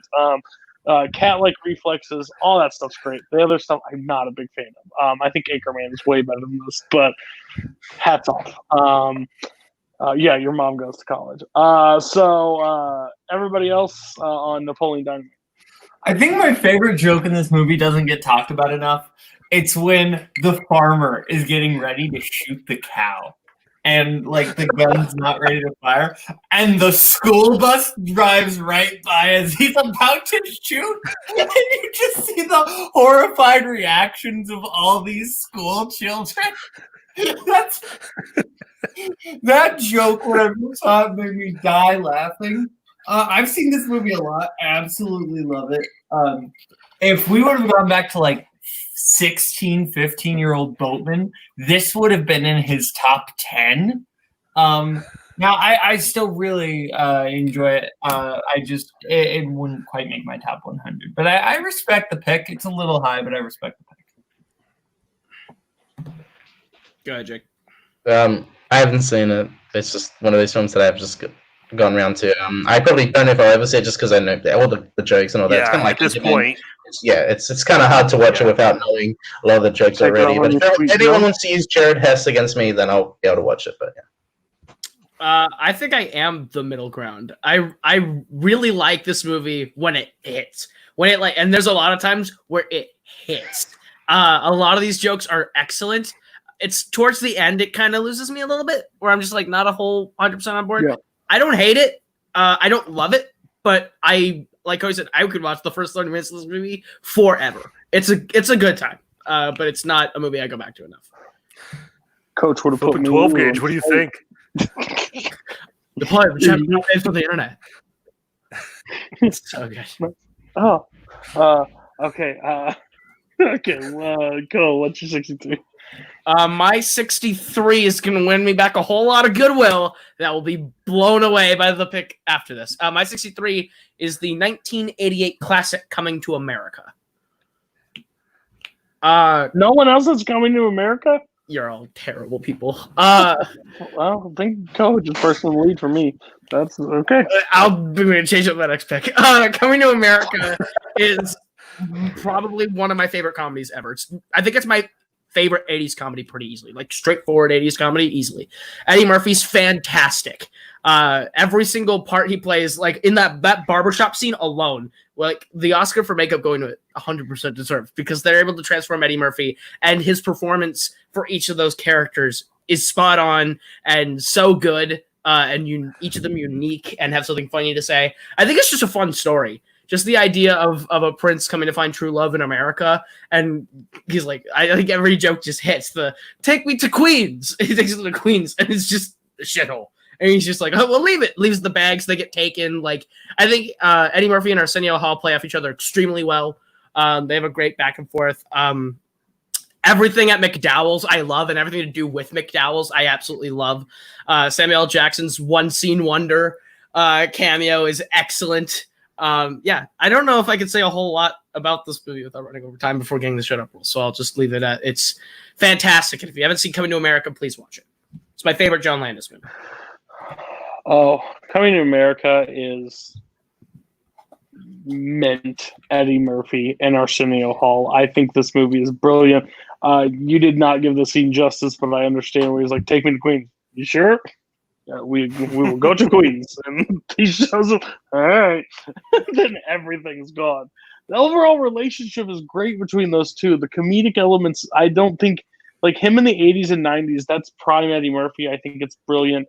It is my easily top 10 comedy of all time. I think Coming to America is brilliant. So well done, Koho. I hate that your 62 apparently sucks. I'm glad I didn't look at this episode before. You're gonna hate my 62. I'm sorry. Well, Kirk, you're back in the lead. Everybody on Coming to America.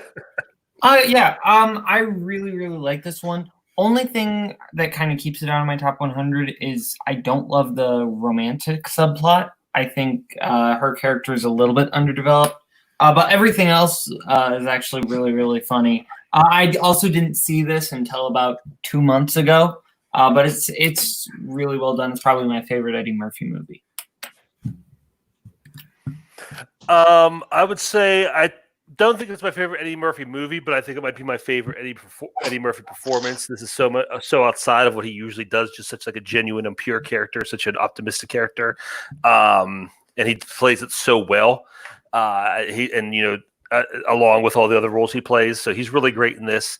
Just that it's a fun fish out of water story. Just seeing him come to terms with that and the arc he has. It's obviously not my top 100, but yeah, it's a really good movie, really good comedy. And Won't You Be My Neighbor was the one that Malcolm put 2.5 stars. And what the hell? Who hates Mr. Rogers that much? Right? Malcolm, you have some explaining to do. Jake, go ahead. I haven't seen it. The Ugly Truth is higher than that. Oh, good lord. Wait, okay. Jake, you haven't seen Coming to America? Just never get around to it. Get on it. Yeah, you watched Eraserhead how many times though? Okay, we're going Boatman. 62. And my 62 is Dead Poets Society. Okay. But yeah, I absolutely love this film. I think Robin Williams is like one of the best movie teachers in this film. Maybe if not the best. Like all of his speeches and moments are like they're iconic at this point. I actually like watched this movie for the first time the day Robin Williams passed, and like that was not planned. Like I heard about it right as I was watching it, and like with the way this movie ends, that hit really hard. So you killed Robin Williams, basically, is what you're telling us. Yikes! Okay, wow. Yikes! But yeah, I think I really like the kids in this film too. Ethan Hawke's fantastic. I don't remember the actor's name, but the one who like wants to be in the theater is fantastic. I think, Neil. Yeah, Neil. I think the whole film is really well done.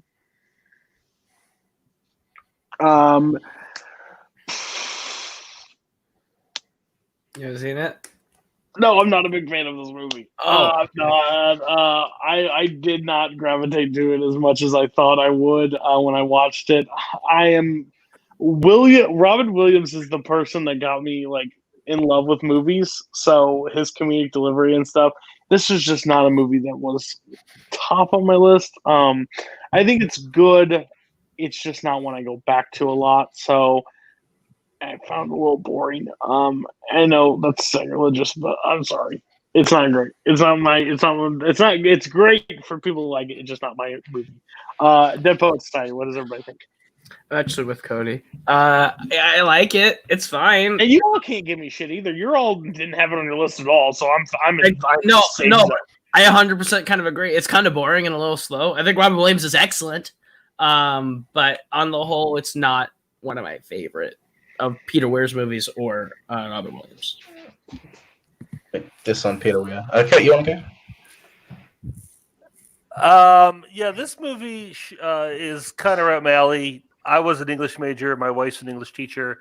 I'm friends with a lot of English teachers. So, I mean, this is just that kind of like movie that we gravitate to.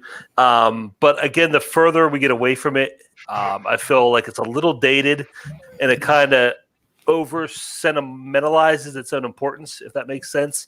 And yeah, it's kind of schmaltzy. So I don't hate it, but I don't love it as much as I used to.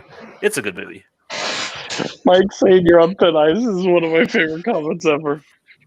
Thanks. That makes me feel much good. So I haven't used this excuse, I don't think yet, but this would be the 101 to 105 I love Dead Poet Society. I think Peter Weir is arguably the best or second best Australian filmmaker. I'm a big fan of his work. And Dead Poet Society is just such an emotional train wreck. For what the specific scene I'm talking about going into the third act or around that time is so good. Kurtwood Smith is just so good as Neil's dad. It's just so like you get where he's coming from, even though you hate everything that he's saying. And I think Robin Williams is he feels like a mentor, like a teacher in this movie, and he just inspires these boys. It feels real. It feels like he is a teacher, and I love that.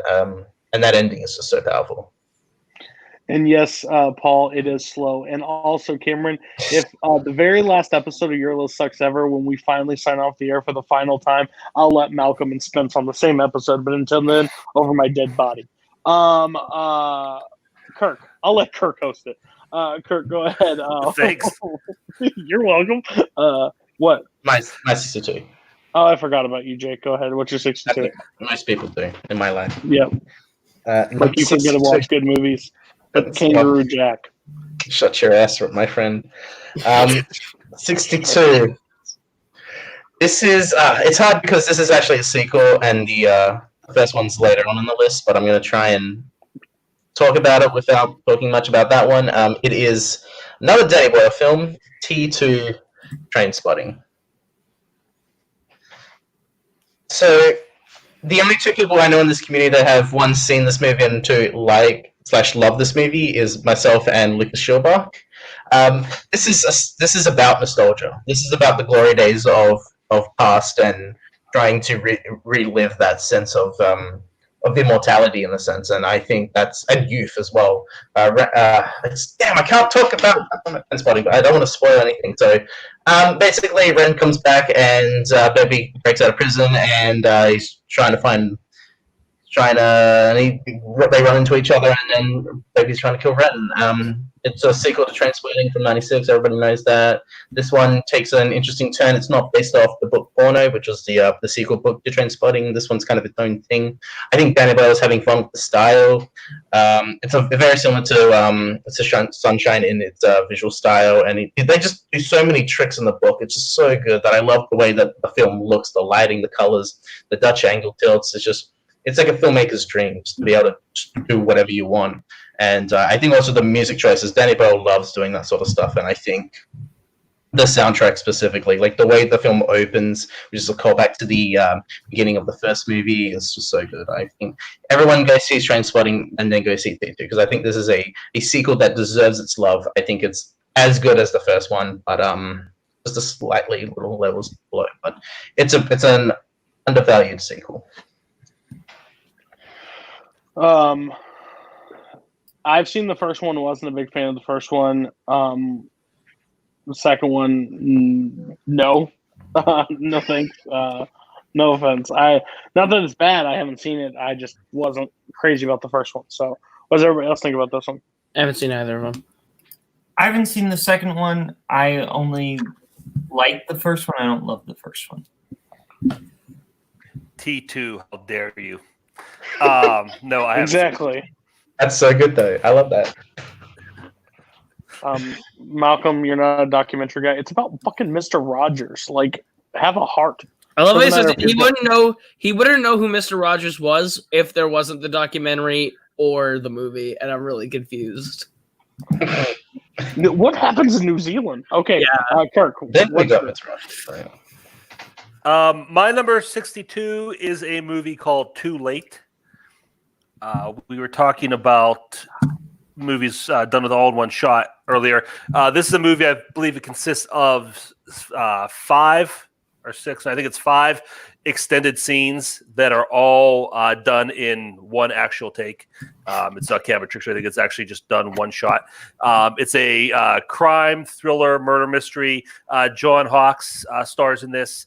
It is, I think he's a great actor who's very underutilized. He is a private detective, and it's kind of the scenes are shown out of order. So as he's figuring things out, you're also figuring things out what's going on. It's very tense. Just a lot of different situations. Robert Forster's in one. He plays a crime boss that John Hawkes has to go confront. And like I said, the story is just let out to you a little bit at a time.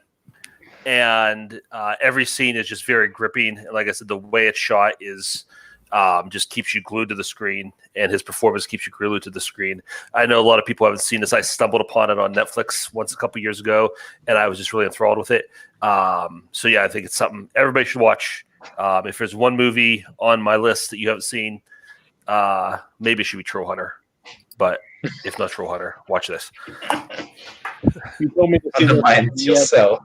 You told me to watch this one. I have not seen it. By the end of this whole thing, I will have watched it. So, yeah. Everybody else, I'm too late. I haven't seen it, but I vividly remember seeing the poster on Netflix, and I debated between watching that or Nightcrawler. For the first time, I settled on Nightcrawler. It's been years since I've gone back to try and actually sit down and watch it since, but I need to watch it. It's been in my queue for a long time. I'd actually never heard of this movie. I also have never heard of this movie. And also looking at my Netflix, it's not, unfortunately, on Netflix. I don't think it's on Netflix US anymore either. Okay. That's sad.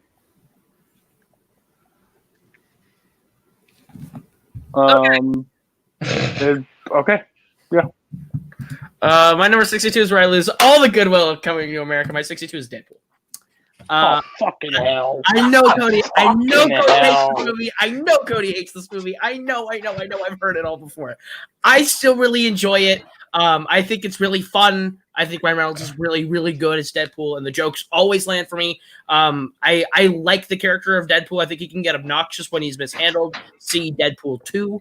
But I think the first Deadpool is lightning in a bottle, where it takes all the best parts of Deadpool, channels it into a really simple story. The story's not anything really special. It's just a simple tale of revenge. But I think when you take that idea, that concept, that story, and you inject the humor and the metatextual comedy of Deadpool and put him into that setting, I think it works really well, especially with the wider X-Men universe sort of being referenced around it. It's a good movie. I enjoy it a lot. Does anybody else have Deadpool? Yeah, Kirk, you're back to winning the fucking episode. Coming to America is fucking 63, and you put Deadpool higher. I'm sorry. I've said it before. I will say it again. Deadpool's great if dick joke humor is your cup of tea and you just find that shit hilarious. It's like when I heard my dad say the F word the first time, I thought that shit could have just cracked me up. Hilarious. Guess what? People say fuck all the time. It's not that entertaining anymore, and they just overkill this. It's rated R because it's rated R, and I'm going to talk to the audience. That's who I am, and I don't care how close it is to the comics. I don't give two shits. People that say this is one of the best comic book movies of all time is one of the dumbest things I've ever heard in my life. It's the cookie cutter thing. There are funny jokes throughout. Yes, to quote Hal Rudnick, even a man in jail smiles every once in a while. I just can't stand the people's love for this movie. And the second one is literally, if this one's a steaming pile of shit, that one. This one's a fine movie. Like, I get why people like it, but after you've seen it the first time, the jokes go way out for me. I don't laugh anymore. Everybody else on Deadpool. I like this one. I don't love it, but I like it. I think there's some good humor in it, but I also think there's some like cringy ha ha ha dicks exist humor. And by the way, Kathy, thank you. Not everybody feels like that after Community. The more I get on screen, the more people dislike me. So I appreciate the compliment, Kathy. Thank you. Everybody else? I really enjoyed Deadpool the first time through. I mean, right from the start with the way they did the opening credits. The first time I saw it, it was just because I never say anything like that. On rewatch, it's just a lot of, like you said, like the same type of humor. A lot of weirdly dated 90s references, Fred Durst and Rosie O'Donnell for some reason. And, we get it. Hugh Jackman is a thing, and, it's hilarious. And so, yeah, the character itself is entertaining. Ryan Reynolds is good and is well cast, and he's good in it. But the jokes just get exhausted after a while. It's like something a 12 or 13-year-old, right? Because it's like he just learned those words. So he dumps it as many as he can. It's hilarious. I don't hate the movie. I don't hate the character, but it is tiresome. I think this is quite an average superhero film, maybe slightly above. There's there's two jokes or two sequences I think are really good. The opening title sequence or credit sequence with Angel of the Morning playing, just the whole through the car crash, I think tells some good jokes, and I like the comical overpaid tool, directed by an overpaid tool and all that sort of stuff. I think that's funny, and I like the 12 bullets sequence. I think that's actually really clever, and the stuff they do in that, I think it's fun. Other than that, I think it's just like it's okay, but yeah, 100%. Okay, Bowman. My 61. Koho just brought it up. Nightcrawler. Yikes. You're done. Jake. My number 61 will not be a yikes. It is the second Michael Haneke film. The first one I ever saw, Funny Games, specifically US. I'm going to go a little into it. There are actually two Funny Games movies, one from 97 and one from 2007. So this film really shows like what kind of filmmaker Michael Haneke is. The expectations he sets up with horror tropes or just like the thrillers in general. He made a film from 97, Funny Games. He wanted to make it in America, and he never had the chance because of funding and all that sort of stuff. So he made it in his home country, and it was well received, but he didn't get the message. It didn't properly get the message across. It was like a lost in translation type of thing. So 10 years later, he built credibility, made cachet. So the next one he does is Funny Games US. He gets Tim Roth and Naomi Watts in the leads. He gets Michael Pitt and Brady Corbett, and it's an American version, but this is the most faithful version of what he's trying to tell. The film is about the desensitization of violence, specifically in American media, and it not to be like Ryan Johnson, but it subverts your expectations with horror tropes, specifically horror tropes and what it's trying to tell. And it just you expect one thing, and a lot of people thought of this as kind of a fuck you mentality of what it sets up and then what it does.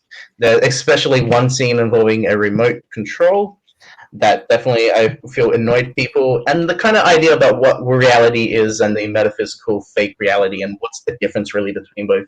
They have a conversation about that later on in the movie, and a family gets attacked by two strangers, and they are held ransom they're held at the house, and they're trying to get out, and the film's reality will not let them.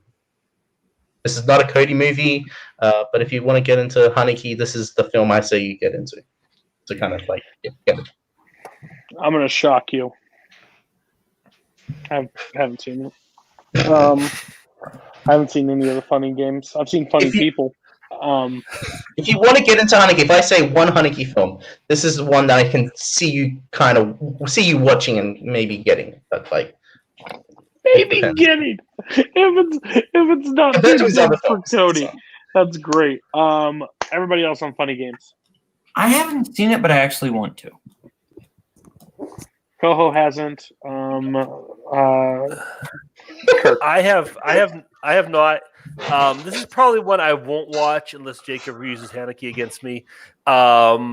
There's just, I think everybody has their own threshold as to what they're willing to look at on a movie. And from what I've seen and what I understand about this movie, I think this one crosses mine.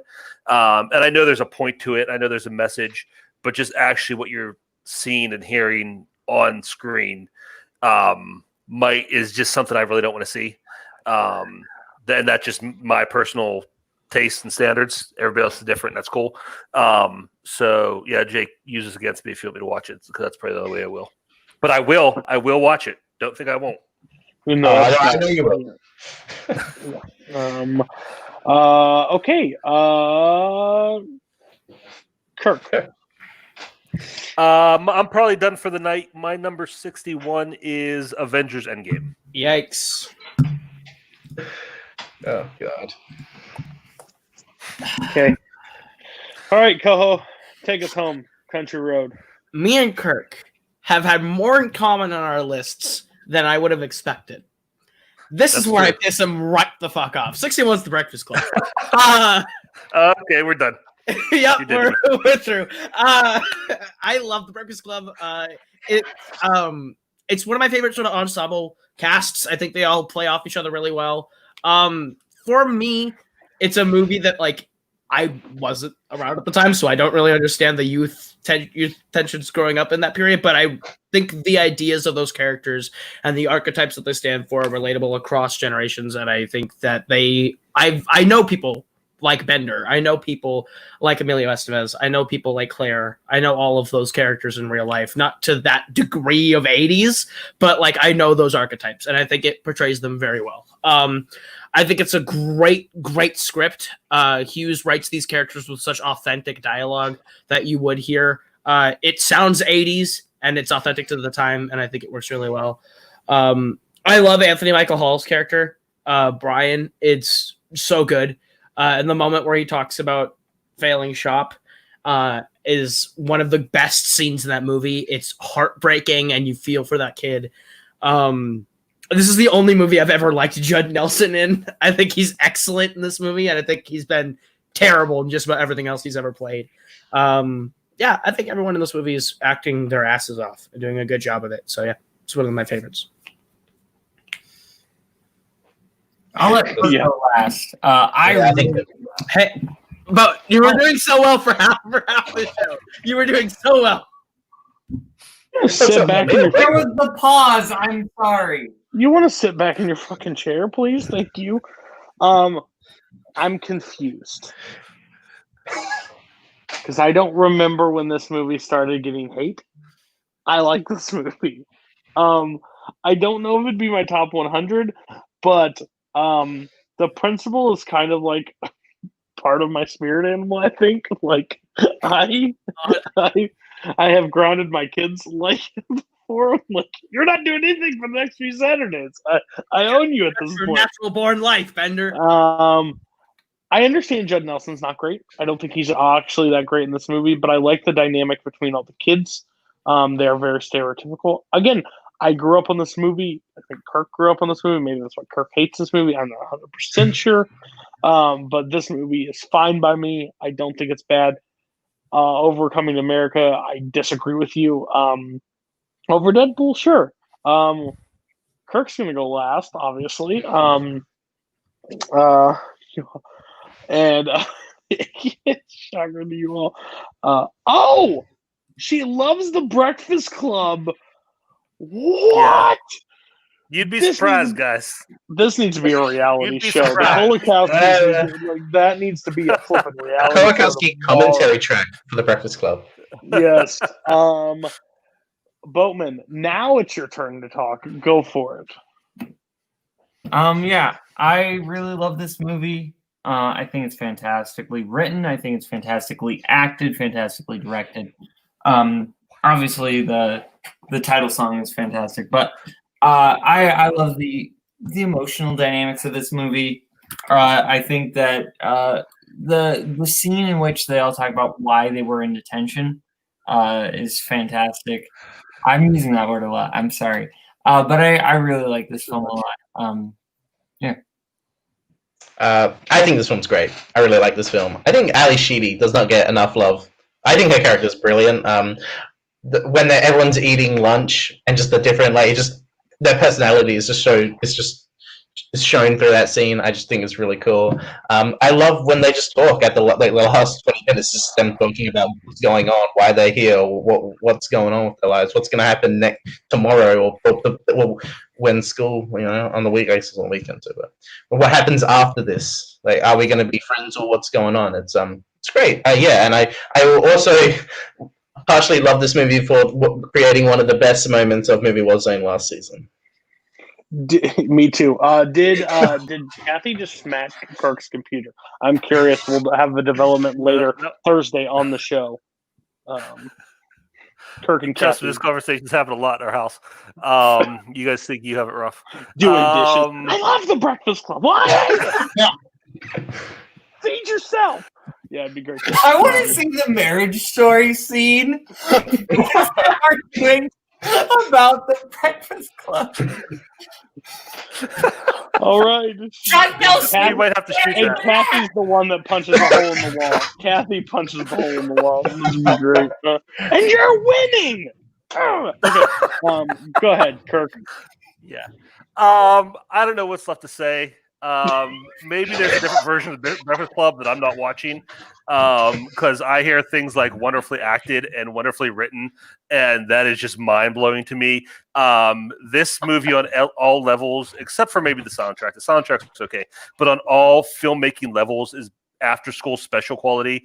The acting is atrocious.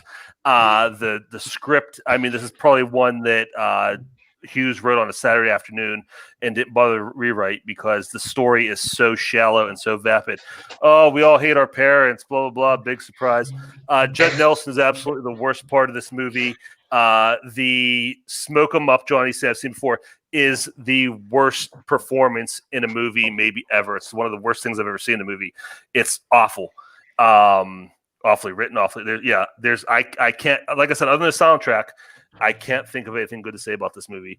And eventually I'm going to, like I said, I'm Roddy Piper, and I'm going to get those sunglasses on your guys' faces, and you're going to see the truth about this movie sooner or later. It's going to happen.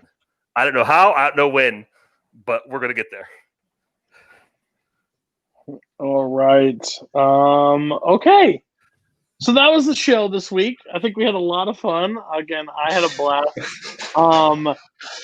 Next week's going to be longer, and I'm fucking terrified. Hopefully it's not too long. I'm going to act the shut up role with Jake at some point. Jake does talk a lot because he loves his films, but we need to rein him in.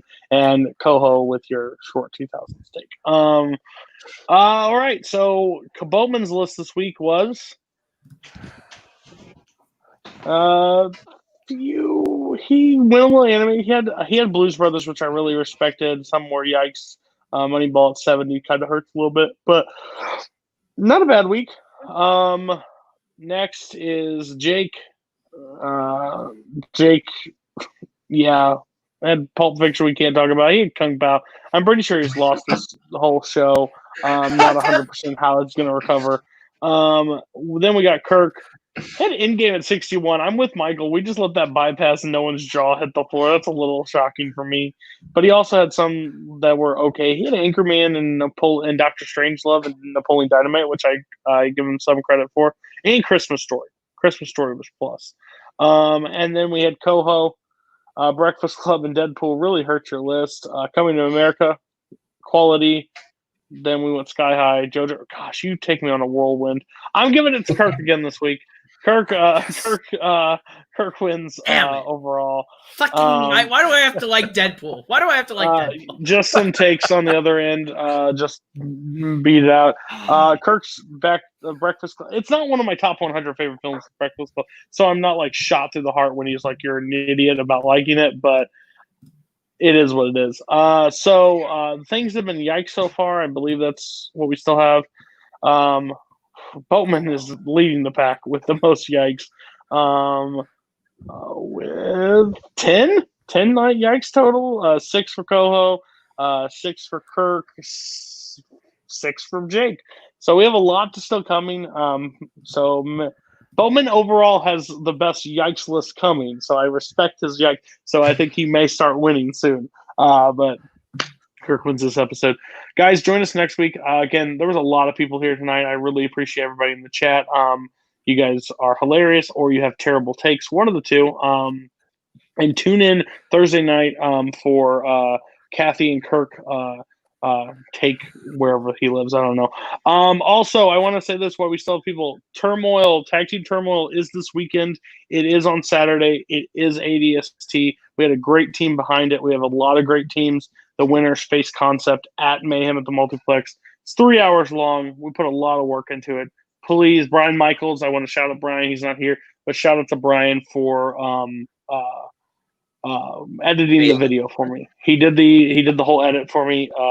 Came out of his retirement for editing and did an amazing job with it. So, again, please, there's a lot of great teams. I think you guys will enjoy it. And we have 2 great Warzone and Fandom matches coming up this weekend with tournament play. So, check out that. So, peace. In case I don't see ya. Good afternoon, good evening, and good night. You better lawyer up, asshole. Because I'm not coming back for 30%. I'm coming back for everything.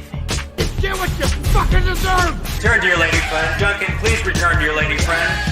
Long live the king. Hasta la vista, baby.